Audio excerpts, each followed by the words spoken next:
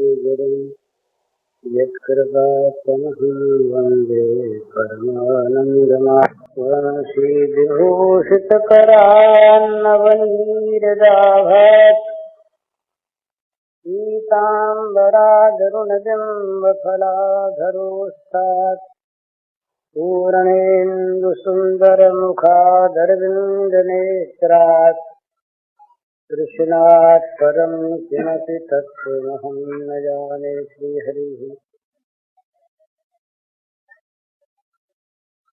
कल जो बातचीत चल रही थी उसी के सिलसिले में फिर कुछ पूछा गया है। हमारे मन में क्षोभ क्यों होता है, अशांति क्यों है? तो क्षोभ और अशांति का सबका प्रधान कारण एक ही है, हम कुछ मन से चाहते हैं और हमारे मन के ठीक अनुकूल नहीं होता। ये चाह है ना, मन की चाह, ये चाह ही सारी अशांति का कारण है। विहाय कामान यः सर्वान् पुमाश्चरति निष्पृह निर्ममो निरहंकार स शांतिमधिगच्छति। शांति कहीं बाहर नहीं है, न किसी प्राणी से हमको शांति मिल सकती है, न किसी पदार्थ से, न परिस्थिति से। ये तो उसमें निमित्त बनते हैं, भाई अमुक आदमी ऐसा बर्ताव करे तो शांति मिले। ये भ्रम है। जब तक मन में कामना पैदा होती रहेगी तब तक एक अनुकूल बात हुई दूसरी प्रतिकूल हो जाएगी, तीसरी प्रतिकूल हो जाएगी। तो जब तक ये प्रतिकूलता का बोध है, अनुकूलता की चाह है, तब तक शांति नहीं होती। भगवान ने कहा ये सर्वान कामान विहाय, जो सारी कामनाओं को छोड़ दे,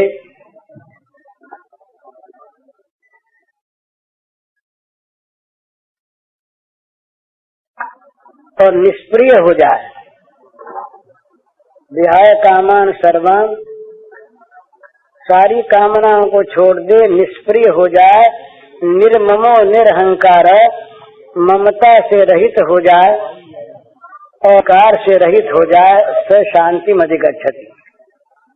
तो ये श्लोक पढ़ लेना, कह देना बड़ा सहज है, परंतु कामना, स्फृता और अहंकार से रहित हो जाना है बड़ा कठिन, बहुत कठिन है।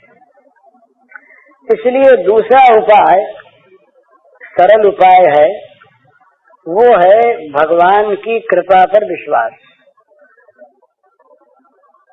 सुहृदं सर्वभूतानां ज्ञात्वा मां शांति मृच्छति। सारे प्राणियों के भगवान सुहृद हैं, ये बात जान लेने पर शांति मिल जाती है। भगवान के सौहार्द पर विश्वास हो जाए तो शांति मिल जाए। तो हम कहते हैं हमारा विश्वास है ही, विश्वास है ही और अशांति भी हो, ये दोनों बात साथ साथ रहती नहीं।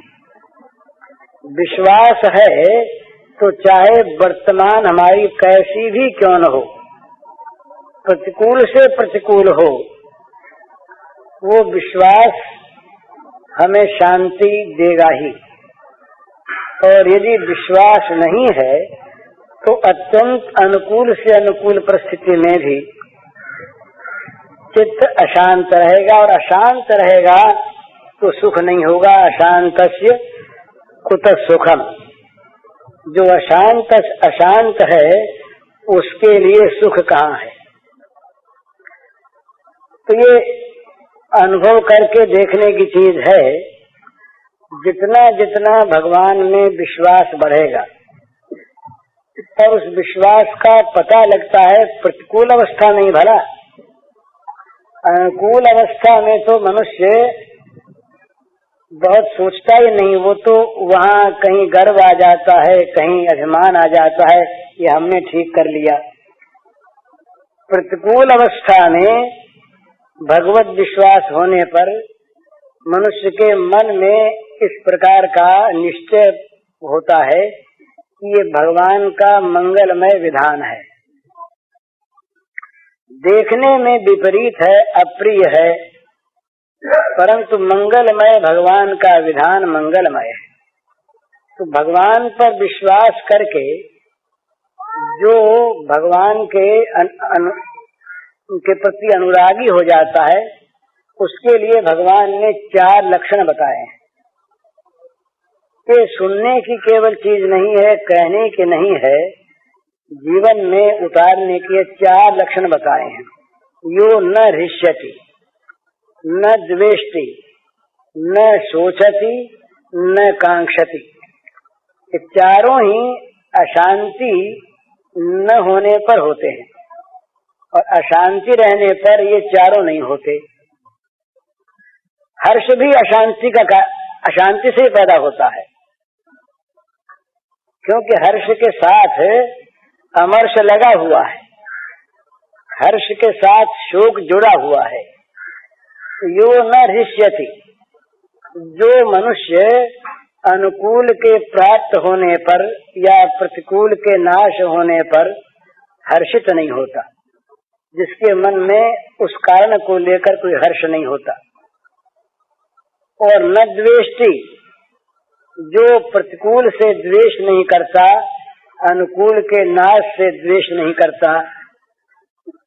और न शोचति, अनुकूल के चले जाने पर और प्रतिकूल के मिल जाने पर जो सोच नहीं करता, और अनुकूल के प्राप्त होने की और प्रतिकूल के नाश होने की जो आकांक्षा नहीं करता।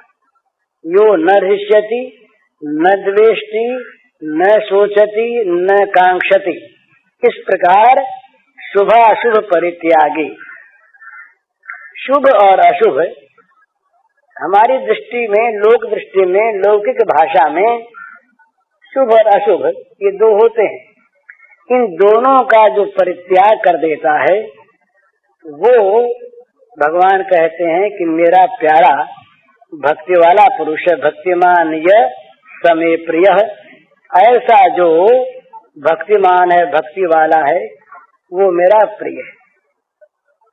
तो ये बिल्कुल निश्चित बात है कि भगवान की मंगलमयता में विश्वास हो जाने पर ये जगत की अनुकूलता प्रतिकूलता की सत्ता नहीं रहती। भाई हम भगवान के हैं और भगवान हमारे हैं, हमारा संबंध सारा का सारा भगवान से है। यहाँ की जो चीजें शुभ अशुभ नाम वाली हैं, प्रिय अप्रिय नाम वाली हैं, इनके आने या जाने से हमारा जो भगवान से संबंध है, हम जो भगवान के हैं, उसमें कोई आना जाना नहीं होता। तो वो तब उसके आने जाने को लेकर चिंता, शोक, विषाद, आकांक्षा ये होने के लिए अवकाश नहीं रहता। पर जब हमारा इन्हीं में विश्वास रहता है, तब तो इनकी आकांक्षा भी होगी, सोच भी होगा। और ये ऐसी चीज है, आगमा पायनो नित्याह। संसार की कोई स्थिति, कोई परिस्थिति, कोई प्राणी ऐसा नहीं जो जाने आने वाला न हो, जो बदलने वाला न हो, जो अनित्य न हो, जो अपूर्ण न हो। यहाँ की प्रत्येक वस्तु, प्रत्येक प्राणी, प्रत्येक परिस्थिति अपूर्ण है, अनित्य है, नष्ट होने वाली है, बदलने वाली है। तो इसमें नित्य सुख होगा कैसे? ये बिल्कुल सिद्धांत की निश्चित बात है कि जो वस्तु बदलने वाली है, अनित्य है, अपूर्ण है, नाश होने वाली है, उस वस्तु से हमको सुख शांति मिले, ये असंभव बात है। तो चाहे कठिन हो चाहे सरल, परंतु जब तक इन संसार के प्राणी पदार्थों से हमारा विश्वास नहीं हटेगा, जब तक हम सुख की सामग्री इन्हीं को समझते रहेंगे, तब तक भाई शांति होगी नहीं। जगत में हम शांति शांति चिल्लाएं भलाई, अपने मन को देखें तो पता लगता है शांति है कहाँ। हमारी जो स्वाभाविक स्थिति है उस पर हम ध्यान देते हैं तो मालूम होता है शांति है नहीं, और शांति नहीं है तो सुख होगा नहीं। नाम चाहे हमारा भक्त हो जाए, महात्मा हो जाए, महापुरुष हो जाए, संत हो जाए, राजा सम्राट हो जाए, कुछ भी हो जाए, वो अंदर की चीज तो हमारे अंदर बनी हुई है ना। जगत का स्वरूप से हम त्याग कर दें, बाहर से त्याग कर दें, तो बाहर से त्याग करने पर क्या शांति मिल जाएगी? जब तक मन में जगत है और अपूर्ण जगत है, नाश होने वाला जगत है, अनित्य जगत है, तब तक हमें शांति कैसे मिलेगी? तो विद्वान हो या मूर्ख हो, वृद्ध हो या बालक हो, सम्राट हो या दरिद्र हो, कोई भी हो, जब तक भोग में सुख की आस्था है तब तक शांति और सुख कभी मिल नहीं सकता। ये सिद्धांत निश्चित है, चाहे कोई माने या न माने, पर जो चीज है वो तो रहेगी ही। इसीलिए शांति की बात करने वाले भी सब अशांत हैं। हमारे यहाँ एक साधु आए थे, वो देखते फिरते थे लोगों में कहाँ असली चीज है, तो उनको नकली बहुत मिली। उन्होंने एक पोथी लिखी, उस पर छपवाई तो नहीं। तो उन्होंने कहा कि भाई हम तो जहाँ गए हमको तो असली चीज मिली नहीं, और जो सच्चे हैं वो तो बेचारे कुछ अपना दावा करते नहीं कि हमको अमुक चीज प्राप्त है। जो दावा करते हैं उनमें अधिकांश झूठे। तो बोले हम भगवान दास के पास गए, डॉक्टर भगवान दास, उन्होंने बोले किताब लिखी है, उसका नाम है शांति, पीस। अंग्रेजी में किताब लिखी, उसका नाम है पीस, पीस माने शांति। तो बोले हमने उनसे पूछा कि किताब आपने लिखी? बोले हाँ लिखी है। तो मैंने पूछा कि आपको शांति मिली? बोले नहीं मिली। तो कहा किताब कैसे लिखी? तो उन्होंने कहा किताबों को देखकर, किताबों को देखकर किताब लिख ली। तो सच्चे आदमी, ये नहीं कहा कि हमको शांति प्राप्त हो गई, किताबों को देखकर किताब लिख दी। तो इसी प्रकार हम किताबों को पढ़कर बोल दें, आप बात सुनकर वैसी बात कहने लगे, तो इसका ये अर्थ नहीं होता कदापि इसको बंद कर दो। इसका ये अर्थ नहीं होता कि हमको शांति मिल गई है, हमको सुख मिल गया है। ये तो अपने मन की चीज है। हम कहीं भी जाएं, देश छोड़ दें तो शांति नहीं, कपड़ा बदल लें तो शांति नहीं, नाम बदल लें तो शांति नहीं, क्योंकि वो तो हम हमारे साथ रहती है ना। मन तो जहाँ जाएंगे वहाँ साथ रहेगा, और मन में यदि अशांति है तो बाहर से शांति होगी नहीं। और मन की अशांति जब तक अपूर्ण, अशांत, अनित्य, विनाशी विषयों में सुख की खोज है, तब तक वो मन की अशांति मिटेगी नहीं। इसलिए सारा जगत अशांत, सारा जगत दुखी। तो इस शांति की प्राप्ति के लिए या तो ऐसा साधन हो जो जगत को हमारे मन से भुला दे, तो उसमें भी साधन ऐसा होना चाहिए जो उपयुक्त हो, जिसका परिणाम हमारे लिए लाभदायक हो। तो नशे में भी एक बार आदमी बेहोश होकर जगत को भूल जाता है, सुषुप्ति में रोज भूलता है, गाढ़ निद्रा में रोज भूलता है। तो वो कोई असली शांति का साधन नहीं है।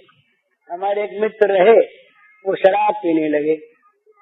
फिर पांडिचेरी गए थे, तो हमने कहा भाई शराब क्यों पीते हो? तो बोले बड़ी अशांति रहती है, शराब का नशा जब चढ़ जाता है तो कुछ देर के लिए भूल जाते हैं, इसलिए शराब पीते। तो पर उससे तो स्थायी शांति नहीं होती। शराब ही पीना हो तो भगवान के नाम का शराब पिए, भगवान के प्रेम का शराब पिए, वो मद पिए।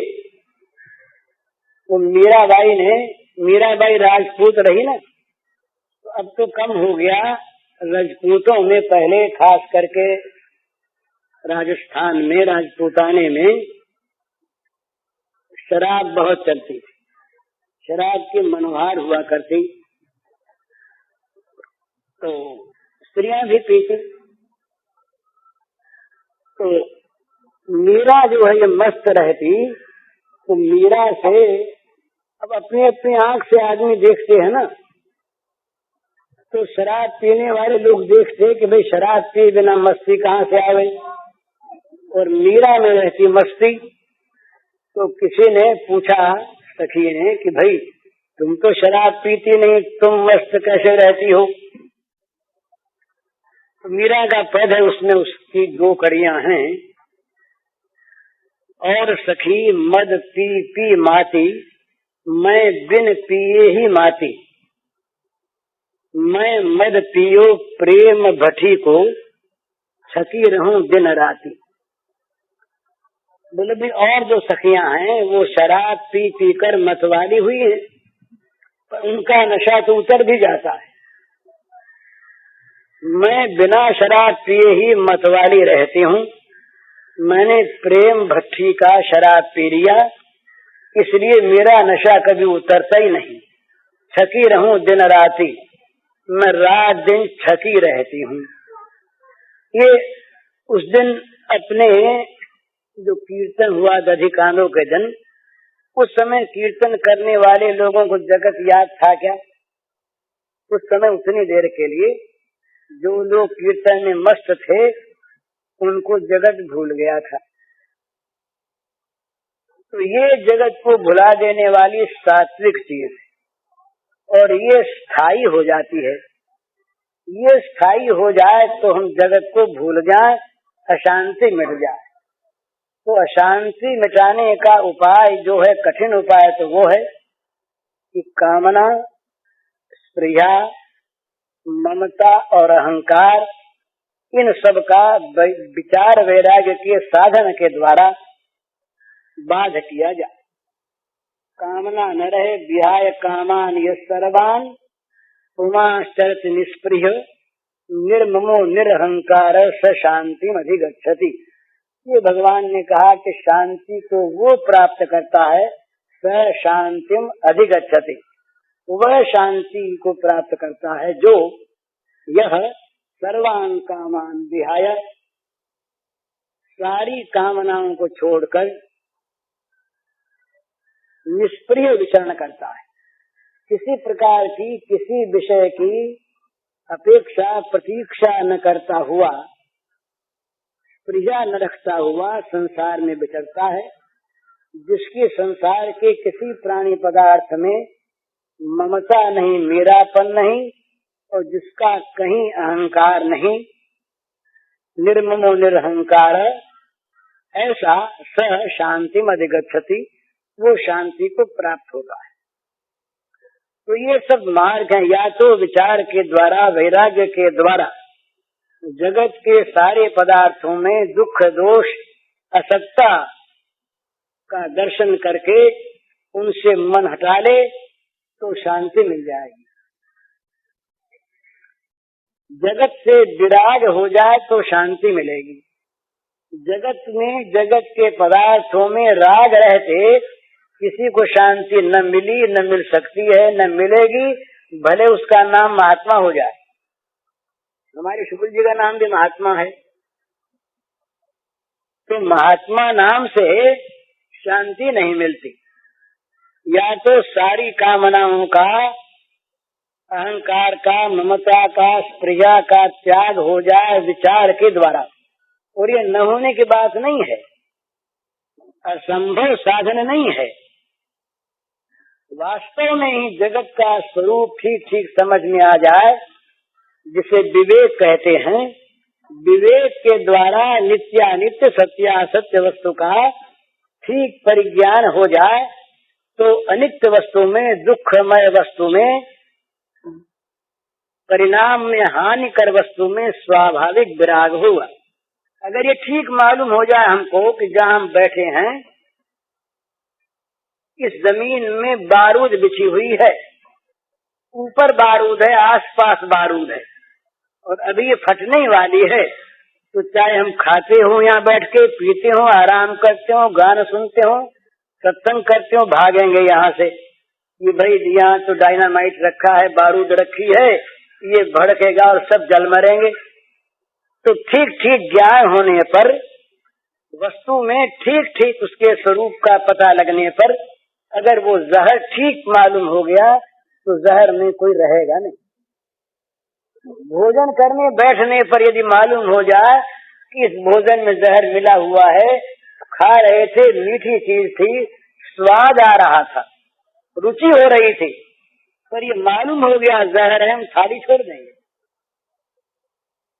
तो विचार के द्वारा, विवेक के द्वारा जगत की दुखमयता, भयानकता, अरमणीयता, असत्ता का ठीक ठीक परिज्ञान हो जाए तो विवेक के बाद वैराग्य अवश्यम भावी है, निश्चित है।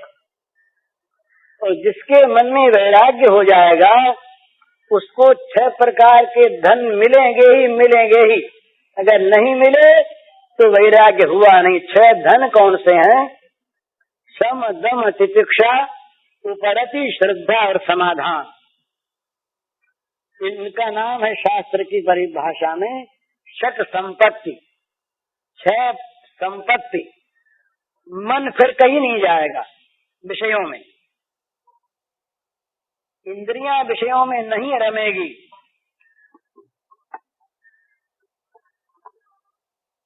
सहनशीलता, सुख आवेगा, दुख, मन में विकार नहीं होगा, तितिक्षा आ जाएगी। भोग सामने रहने पर भी उन्हें भोगने से मन हटा रहेगा। उपरति,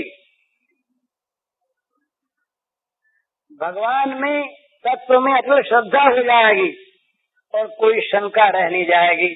ये 6 संपत्ति है, सम, दम, तितिक्षा, उपरति, श्रद्धा और समाधान। तो ये एक बड़ा सुंदर मार्ग है। जगत के प्राणियों में, पदार्थों में, परिस्थितियों में विवेक के द्वारा, विचार के द्वारा उनके असली विनाशी क्षणभंगुर दुखमय रूप को देखे तो उससे हमारा राग हट जाएगा। राग हटने पर सम, सम का अर्थ शांति है, हमको पूरी शांति प्राप्त अपने आप हो जाएगी। या तो ये रास्ता है, और या फिर वो रास्ता है कि भगवान के सौहार्द में, भगवान की कृपा में विश्वास करके हम ये अपने मन में निश्चय कर लें कि यहाँ जो कुछ भी हमारे लिए होता है, फल रूप में प्राप्त होता है, वो सारा का सारा मंगलमय भगवान का किया हुआ विधान है। जैसे किसी डॉक्टर को हम रोगी अपने आप को सौंप देते हैं, वो प्रिस्क्रिप्शन लिख देता है, हम पूछते भी हैं क्या कि आपने जहर दिया है कि अमृत दिया है। बल्कि आजकल ये जितनी दवाएं एंटीबायोटिक वगैरह निकली हैं, इन सब की शीशियों पर ये लिखा रहता है जहर, पॉइजन। और उस जहर लिखी हुई शीशियों के दवाइयों को हम मजे में लेते हैं। क्यों लेते हैं? कि उस डॉक्टर पर हमारा विश्वास है। वो डॉक्टर जो कुछ भी हमारा रोग का निदान करके दवा बताता है, वो दवा भले जहर हो, उसको लेने में न हम दुखी होते हैं, बल्कि कहीं नहीं मिलती तो कहते हैं कलकत्ते से मंगाओ, अमुक जगह से मंगाओ, दवा बिना तो काम चलेगा नहीं। रोग, बोले दवा जहर, बोले तुम कहते हो ना जहर, डॉक्टर ने बताया है, इससे आराम होगा। तो डॉक्टर की बात हम मान के जहर पीते हैं ना, और ये ऐसी घटनाएं घटती हैं। बोले भाई अमुक दवा का रिएक्शन हो गया और उस रिएक्शन से रोग बढ़ गया, मर गया रोगी। कई रोगी इंजेक्शन लेने के बाद ही मर जाते हैं उस इंजेक्शन के रिएक्शन से, प्रतिक्रिया से। तो यहाँ तो भूल भी होती है, पर भगवान के द्वारा भूल होती नहीं। भगवान का मंगलमय विधान जो है वो निश्चित मंगलमय है, उससे हमारा कल्याण होगा ही नहीं, भला ही होगा। ये अगर हमारे मन में विश्वास हो जाए तो शांति हो जाएगी। ये जैसे रोगी को डॉक्टर की दवा विश्वास पूर्वक लेने से शांति हो जाती है, कभी इलाज ठीक हो रहा है, इसका फल अच्छा होगा। इसी प्रकार भगवान के मंगलमय विधान से हमारे लिए जो कुछ भी आवेगा, जो हमें प्राप्त होगा, उसमें यदि विश्वास है तो शांति मिलेगी। और फिर हम उस विश्वास को लेके करेंगे क्या? जो हमारा इतना उपकार करता, हमारे लिए दवा बताता, हमें रास्ता बताता, उसके प्रति हमारा हृदय कृतज्ञ होगा और हम उसका गुणगान करेंगे। और उस गुणगान की मस्ती जहाँ कहीं छा गई, फिर उसकी अपनी शांति की तो बात अलग रही, वो जगत में शांति फैला देगा। वाग गदगदा द्रवते ये सचित्तम असत्य भीक्षण हृदय क्वचिच्च विलज्ज उद्गायत नृत्यते च मद भक्ति युक्तो भुवनम पुनाति। जिसमें वो मस्ती आ गई, भगवान में विश्वास करके, भगवान का नाम गुणगान करते करते, जिसके हृदय में भगवत प्रेम का अभ्युदय हो गया और वो प्रेमावेश कहीं आ गया। नकली नहीं, लोगों को दिखाने के लिए हम जो नाचते हैं ना, ये नकली नाच भगवान को रिझाता नहीं, वो तो रग रग नाच उठे अपने आप। तो वाग गदगदा द्रवते यस्य चित्यम, भगवान के गुणानुवाद का गान करते करते वो मस्ती आ जाए, आवेश आ जाए, जिसमें वाणी गदगद हो जाए, चित्त द्रवित हो जाए, कभी हंसने लगे, कभी रोने लगे, कभी चिल्लाने लगे और कभी बेशर्म होके नाचने लगे। विलज्ज उद्गायत नृत्यते च, लाज शर्म छोड़कर नाच उठे और गाने लगे, तो क्या होगा? मद भक्ति युक्तो भुवनम पुनाति, वो मेरे भक्ति से संपन्न पुरुष त्रिभुवन को पवित्र करता है। तो वो स्वयं तो शांत है ही, ये भगवान के प्रेम सागर की तरंगों में जो उछलता है वो जगत के नालों में नहीं रहता। जगत के नालों की जो दुर्गंधमय अशांति है, जिसमें दुख भरा है, वो अशांति उनको नहीं होती। प्रेमी का मन अशांत रहता है तो उसका अर्थ है प्रेम की नई नई तरंगें उसमें उच्छलित होती है। जैसे शांत आनंद है, ऐसे उच्छलित आनंद भी है। वो सागर, प्रेम का सागर जब आनंद की तरंगों में उछलता है तो वो उछलने वाला आनंद ब्रह्म शांत आनंद और श्री कृष्ण नाचने वाले आनंद। नृत्य वेदांत सिद्धांत मधुसूदन स्वामी ने कहा कि हमने देखा शिवसखी कौतक मेकम नंद निकेतांगणे मया दृष्टम गोधूलि धूसरितांगो नृत्यति वेदांत सिद्धांत। वेदांत के सिद्धांत को गोधूलि में धूसरित अंग वाले होकर हमने स्वयं आज नाचते देखा है नंद बाबा के प्रांगण में। मधुसूदन स्वामी ने देखा। तो ये जो इस प्रकार मस्ती आ जाए, वहाँ शांति कहाँ रहे? जगत की अशांति को दूर करने का उपाय कहीं बाहर से शांति मिल जाए ये आशा करना नहीं है। दूसरा आदमी यूं बर्ताव करेगा तो शांति मिलेगी ये नहीं है, क्योंकि वो प्रतिकूलता तो हमारे न मन में है। एक बर्ताव अनुकूल हुआ दूसरा प्रतिकूल मालूम देगा, एक का अनुकूल हुआ दूसरे का प्रतिकूल करके न बरसे तो बर्तन पक जाए फिर साल भर आनंद है। मेरे भगवान यही करें न बरसे। दूसरी कहीं आ गया फिर तुम मजे में, बोले हाँ मजे में है, कोई दिक्कत, बोले कोई दिक्कत नहीं। अब खेत में बीज डाले भगवान बरस जाए तो दाने हो जाए साल भर खाए। अब वो सोचने लगा कुम्हार के भगवान से क्या कहें। अगर कहते हैं बरस जाए तो उसके सारे बर्तन गल के बह जाएंगे, अगर कहें न बरसे तो इस बेचारे की खेती सूख जाएगी। ये दो की बात भगवान से सब अपनी अपनी कहते हैं ना। अनंत अनंत प्राणी अपनी अपनी समस्याएं भगवान के सामने रखते, कितना बड़ा कारखाना उनका, कितना बड़ा काम उनका, और ये सबको यथा योग्य खेती भी पकती है और बर्तन भी पकते हैं। तो लेकिन अपनी दृष्टि से हम संसार की अनुकूलता को प्राप्त कर ले सर्वथा और उससे हम शांति प्राप्त करें, इस प्रकार की धारणा असंभव धारणा है। जब तक हमारे मन में दो चीज बनी हुई है ना, द्वंद्व है, निर्द्वंद्व हो जाए तो शांति मिल जाएगी। निर्द्वंद्व नित्य सत्वस्थो निर्योग क्षेम आत्मवान, जो आत्मवान है उसको योगक्षेम नहीं रहता। योगक्षेम अगर नहीं है, द्वंद्व रहित है, नित्य सत्वस्थ है तो वो शांत है ही। निर्द्वंद्व नित्य सत्वस्थो निर्योगक्षेम आत्मवान, वो तो शांत है। पर जिसको योगक्षेम की चिंता लगी है, जिसके जीवन में द्वंद्व है, वो द्वंद्वातीत जब तक नहीं होता, द्वंद्वातीतो विमत्सरः, जब तक द्वंद्वातीत नहीं होता तब तक उसको शांति कैसे मिलेगी। एक चीज है वो गई, दूसरी आएगी, वो गई फिर।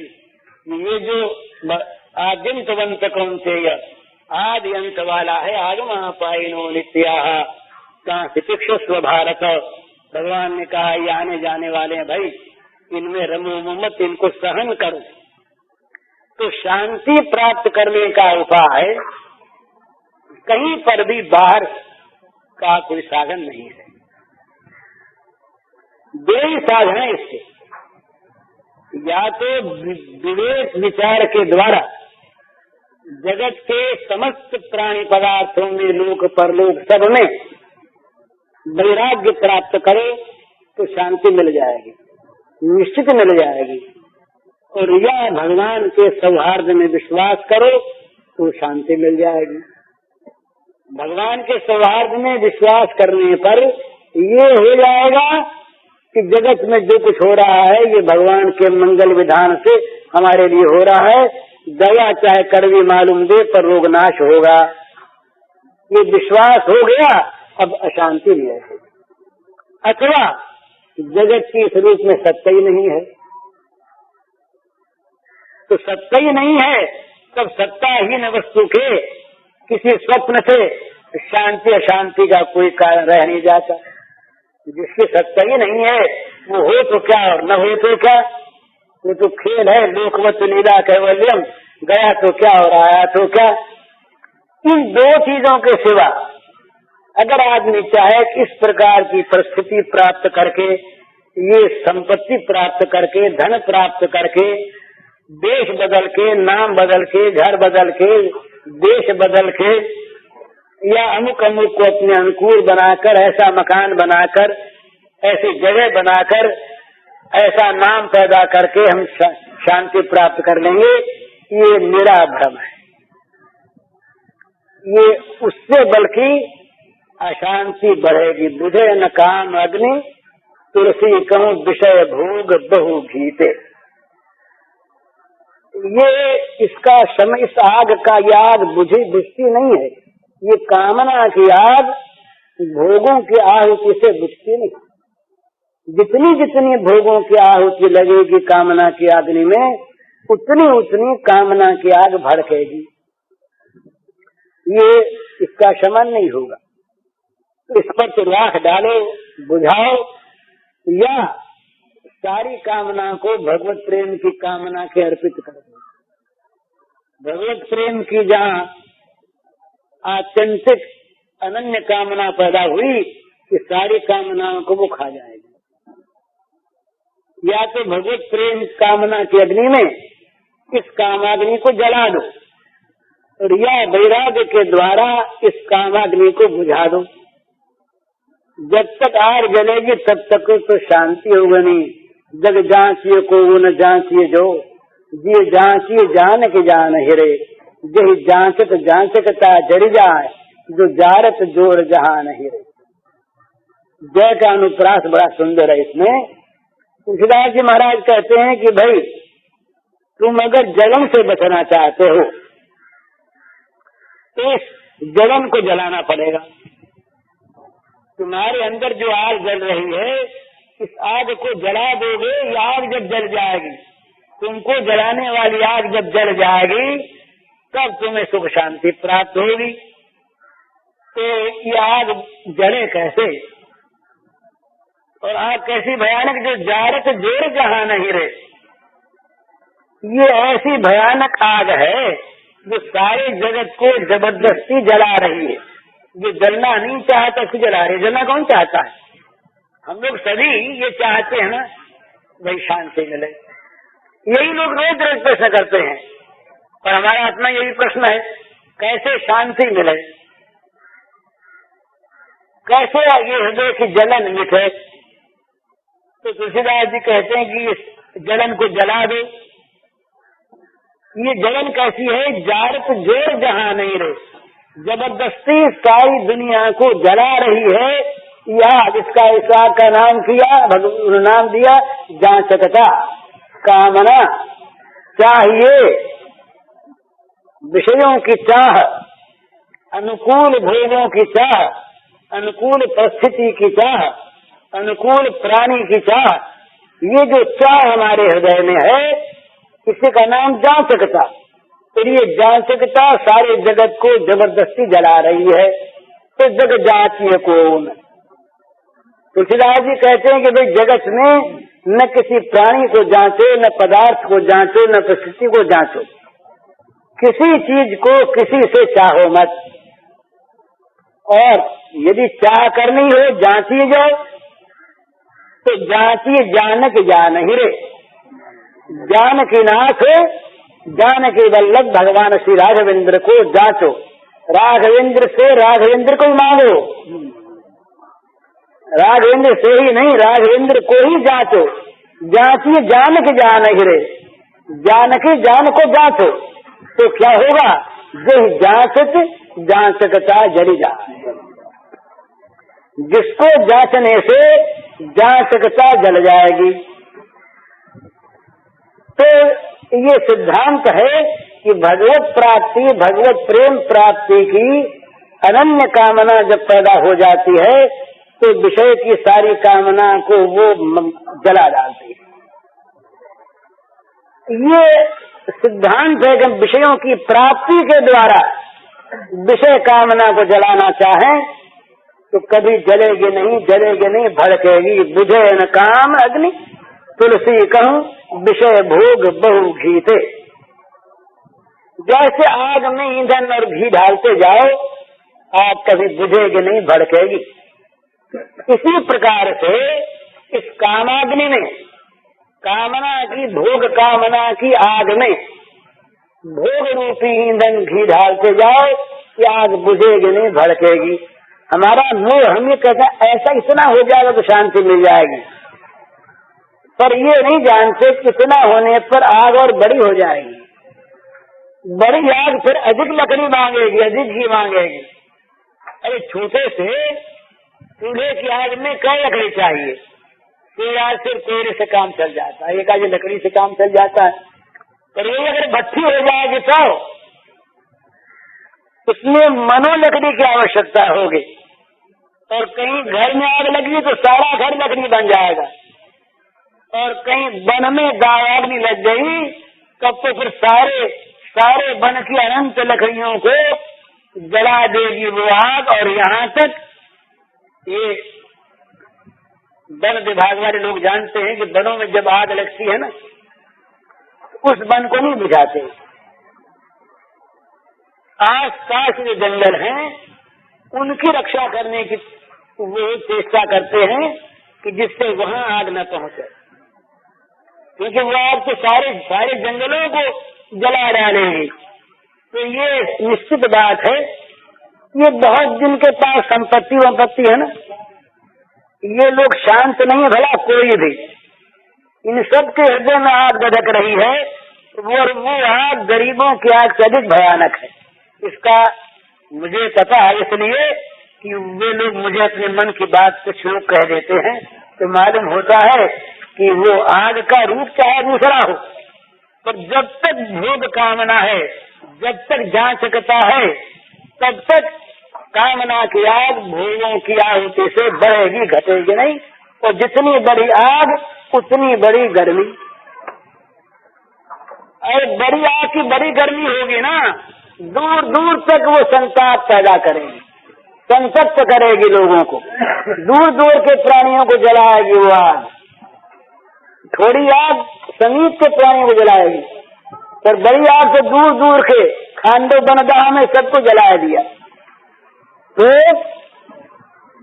शांति की प्राप्ति किसी वस्तु से नहीं होती, किसी प्राणी से नहीं होती, किसी परिस्थिति से नहीं होती, न कभी हुई है, न कभी होगी, और न हो सकती ही है, क्योंकि वो तो स्वयं जांचकता जलाने वाली।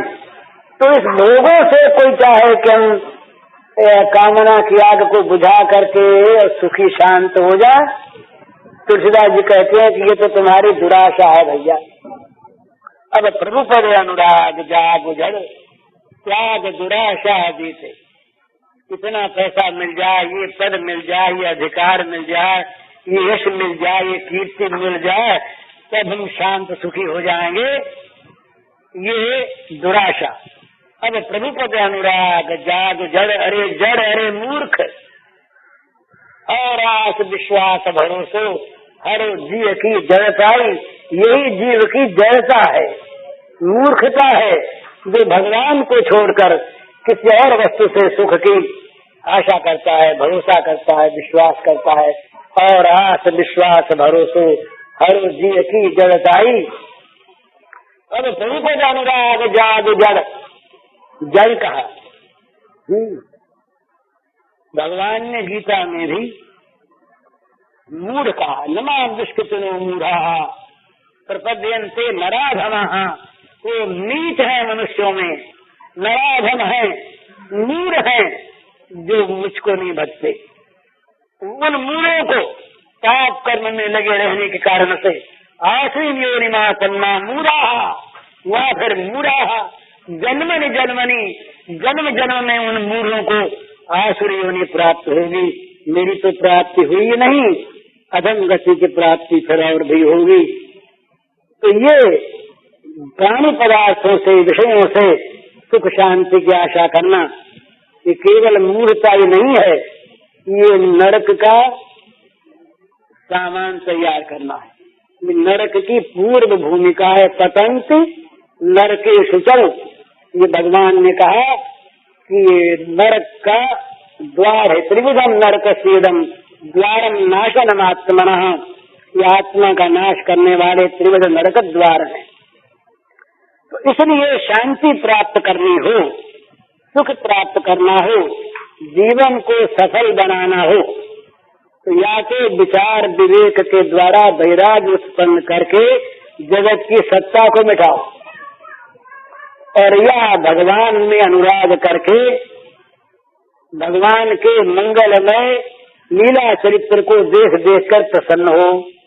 मौत आई तो लीला, अपमान आया तो लीला, मृत्यु आई तो लीला, तिरस्कार आया तो लीला, दुख आया तो लीला। मरना जीना आना जाना रखता कुछ भी अर्थ नहीं, एक तुम्हारे मन की हो बस, यही स्वार्थ परमार्थ यही तुम्हारे मन की होती रहे। प्रभु के मन में जो आवे वो होती रहे, उसमें चाहे मृत्यु हो चाहे जीवन हो, चाहे किसी वस्तु पॉइंट स्थिति का आना हो या जाना हो, न जाने आने का कोई अर्थ है और न जीवन मृत्यु का कोई अर्थ है। हमारे प्रभु के मन की होती रहे। उनके मन की जो होती है ना, ये मंगलमयी होती है, क्योंकि मंगल में अमंगल की संभावना नहीं। जो निरा अमृत है वो किसको मारेगा भला? जो निरा अमृत है वो तो अमृत है, तो सबको जिलाएगा, वो मारेगा नहीं। इसी प्रकार से मंगलमय भगवान का प्रत्येक विधान नित्य परम मंगलमय है निश्चित।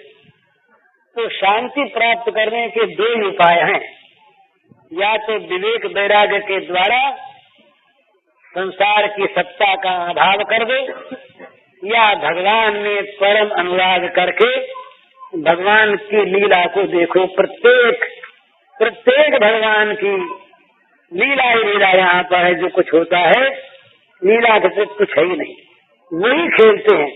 उनके खेल को क्या रस कोई सा हो, नाटक कोई देख रहा है और नाटक में कहीं बीभत्स रस आ गया, कहीं करुणा आ गया, कहीं भयानक आ गया, पर वो लीला नैपुण्य जब देखता है दर्शक, कितना कैसा बाघ बन के आ गया जो सबको डरा रहा है, कितने बाघ बनने की कला जानता, तो कैसे गुर्रा रहा है, पहचान लिया ना उसको।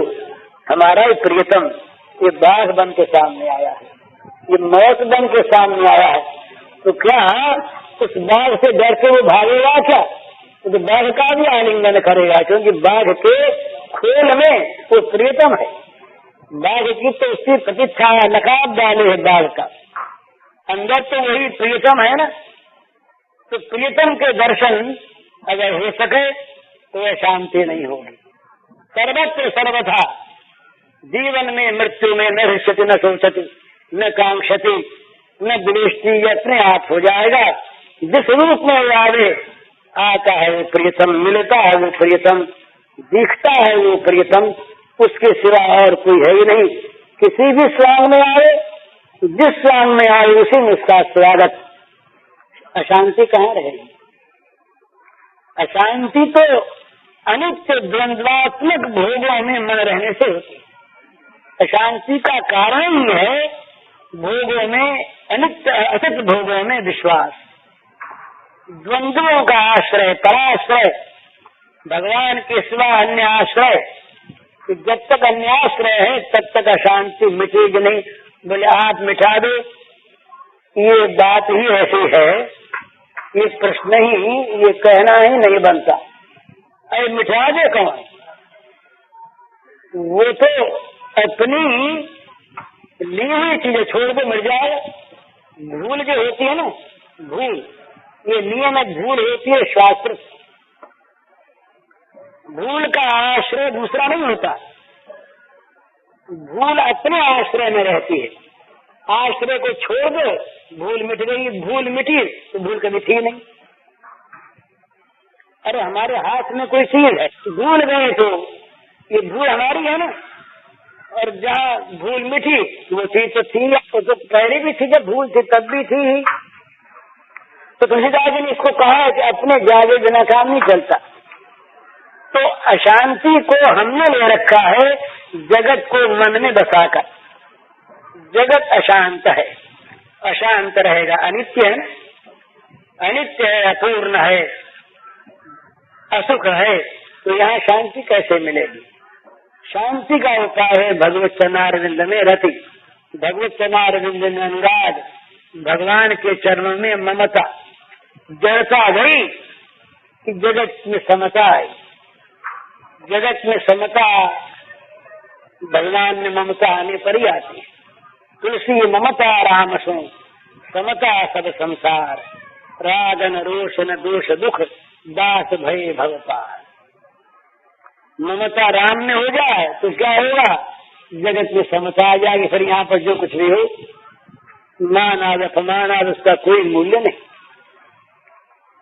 कोई मूल्य नहीं। वो तो प्रियतम कभी मान के रूप में आते हैं, कभी अपमान के रूप में आते हैं, कभी मौत के रूप में आते हैं, कभी जीवन के रूप में आते हैं, कभी सत्कार के रूप में आते हैं, कभी तिरस्कार के रूप में आते हैं। दूसरा कोई है नहीं, आते हैं वही, हैं वही। बस उनको पहचान लो तो शांति मिल जाएगी, उनकी क्रिया में मंगलमयता देख लो तो शांति मिल जाएगी, उनकी कृपा पर विश्वास कर लो तो शांति मिल जाएगी, जगत का अभाव कर लो तो शांति मिल जाएगी। पर ये भगवत प्रेम जनित जो शांति है, इसमें विशेषता यह है कि लीला आनंद का प्रदान करने वाली है। भगवान के लीला रस का आस्वादन निरंतर होता है भगवत अनुरागी पुरुष। तो अनुराग में लीला की विशेषता है, ज्ञान में सबका उस ज्ञान के अग्नि में सर्वथा निर्वापित हो जाना है। तो लीला आनंद जो है, इसको महात्मा लोग भी चाहते हैं, जिनकी ग्रंथियां टूट चुकी, वे परमहंस कमलात्मा मुनि भी चाहते हैं कि उनको लीला रसास्वादन का आनंद प्राप्त हो। तो लीला रसास्वादन के आनंद के साथ साथ जगत की शांति नहीं रहेगी भला।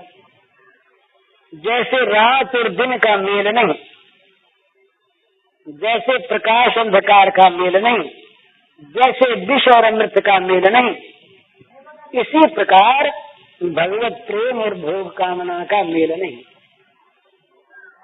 ये कसौटी है। भोग कामना अगर हमारे हृदय में प्रबल है, नष्ट नहीं हुई जा रही है, तो भगवत प्रेम बढ़ नहीं जा रहा है। कामना कोई का नाम हमने भगवत प्रेम रख छोड़ा है। और यदि हमारे मन में भगवत प्रेम बढ़ रहा है, तो स्वाभाविक भोग और भोग जगत की प्रिया कामना, रमणीयता, सौंदर्य, माधुर्य जो भोग जगत का है, ये सब घटता मिटता चला जा रहा है। ये अपने आप को देखने की कसौटी है। अपने आप को देखो, चित्त की शांति है कि नहीं, बढ़ती है कि नहीं। अगर बढ़ती है और शांति है तो समझो कि हम भगवान में हैं, भगवान हमारे अंदर है। तो चित्त में अगर शांति बढ़ती है, क्षोभ बढ़ता है, तो हम शुद्ध संसार सागर में पड़े हुए हैं, उसकी लहरों में हम लहरा रहे हैं। हम भगवान के चरणारविंद में नहीं पहुंचे। तो इस तरह से अपने आप को निरंतर देखते हुए, सोचते हुए अपने आप को आगे बढ़ाते रहना चाहिए, नित्य निरंतर। तो ये भगवान का ये जो एक बात है ना, ये कहना आ जाता है, हम कहना सीख लेते हैं, हमको कुछ नहीं चाहिए, हमारा तो भगवान में अत्यंत प्रेम है, भगवान जो करें तो ठीक। इसका पता लगता है तब जब प्रतिकूल स्थिति होती है, तब। वो परमहंस रामकृष्ण ने एक दृष्टांत दिया कि सूर्य को राम राम सिखाई दिया, वो राम राम राम राम बोलता है, बड़ा अच्छा है सूर्य का राम नाम सीखना भी, उससे उसका अनंत कल्याण होता है। तो उन्होंने उदाहरण दिया कि राम राम बोलता है मजे में जब खाता पीता है, और जब बिल्ली आके उसकी पेट पकड़ लेती है तब टेंटे करने लगता है। तो उस विपत्ति के समय अगर वो राम राम करे, तब उसने राम राम ठीक सीखा, राम राम ठीक सीखा। तो अनुकूलता में हम भगवान के बड़े प्रेमी माने, भगवान हमारे मन की करते हैं, हाँ भगवान का बड़ा प्रेम। और जब प्रतिकूल रूप में दर्शन दे भगवान भयानक होकर, गरजते तरसते हुए भगवान दर्शन दे भयानक होकर, उस समय हम उनको पहचान करके, उनको पहचान ले और पहचान करके वो वैसे ही प्रेम करें भगवान से, तब मालूम हो कि हमारा प्रेम वास्तविक प्रेम है। नहीं तो कहीं छिपे हुए काम का ही प्रेम के स्वांग में वो अभिव्यक्त होना है। तो ये देखते रहें कि वास्तविक प्रेम हमारे मन में प्रकट हुआ है या नहीं। प्रतिकूलता में सुख की अनुभूति, प्रतिकूलता में सुख की अनुभूति। ईसा ने कहा कि जो प्रतिकूल जो दुख में भगवान को धन्यवाद दे, हमारे इससे आगे बढ़े, धन्यवाद की बात नहीं। उसमें प्रत्यक्ष सुख की अनुभूति प्रेमी को होती है। प्रेमी का दर्जा जो है ना उससे बड़ा ऊंचा है। ये तो विश्वासी की बात मैं कह रहा हूँ। प्रेमी की तो एक ही चीज रहती है, वो प्रेमास्पद हंसता है कि नहीं। उसके अगर मुख पर मुस्कुराहट है और हम फांसी के तख्ते पर हैं, तो हमारा फांसी का तख्ता मुबारक रहे, वो हंसता रहे। तो फांसी का तख्ता कभी मिटे नहीं हमारा, हटे नहीं हमारा। हम फांसी के तख्ते पर निरंतर लटकते रहे और वो मुस्कुराता रहे। उसकी मुस्कुराहट का जो आनंद है, वो आनंद फांसी के तख्ते पर झूलने का जो कष्ट है, उसकी कोई भी सत्ता नहीं रहने देता। तो प्रतिकूलता में भगवान की जहाँ होती वहां तो अशांति रहेगी नहीं, रहेगी नहीं। वहां तो प्रत्येक प्रतिकूलता में भगवान का मंगलमय कर स्पर्श होगा। एक प्रेमी था, उसको प्रेमास्पद ने बड़े जोर से चांटा लगाया, अंगुलियां तमाम ऊपर गई। बड़ा पहलवान था वो। ये प्रेमी रोया नहीं, हंसने लगा। तो दूसरों ने पूछा, अरे इतनी बड़ी चोट लग गई तो तुम हंसते कैसे हो?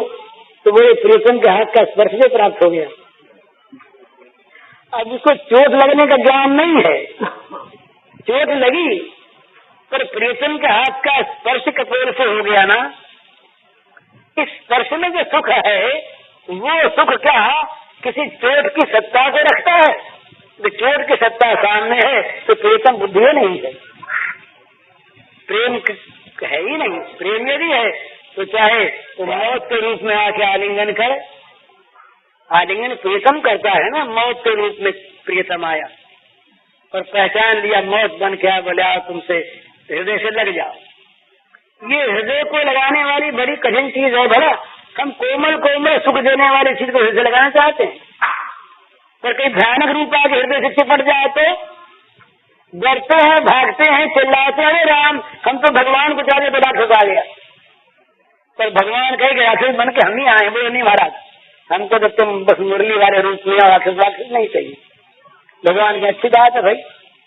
तो बात उसमें क्या है कि ये भगवत विश्वास, उसके बाद भगवत प्रेम होता है। भगवान के मंगलमय विधान में, भगवान की मंगलमय लीला में, भगवान की मंगलमय स्वभाव में, भगवान के मंगलमय सौहार्द में अगर हमारा विश्वास हो जाए तो तुरंत शांति मिल जाएगी, इसमें कोई संदेह नहीं। ये भले करके 1 घंटे करके देखिए, 1 घंटे में आपको मन में शांति नहीं आएगी। 10 मिनट करके देखिए, शांति नहीं आएगी। और केवल कहने से तो काम चलेगा नहीं।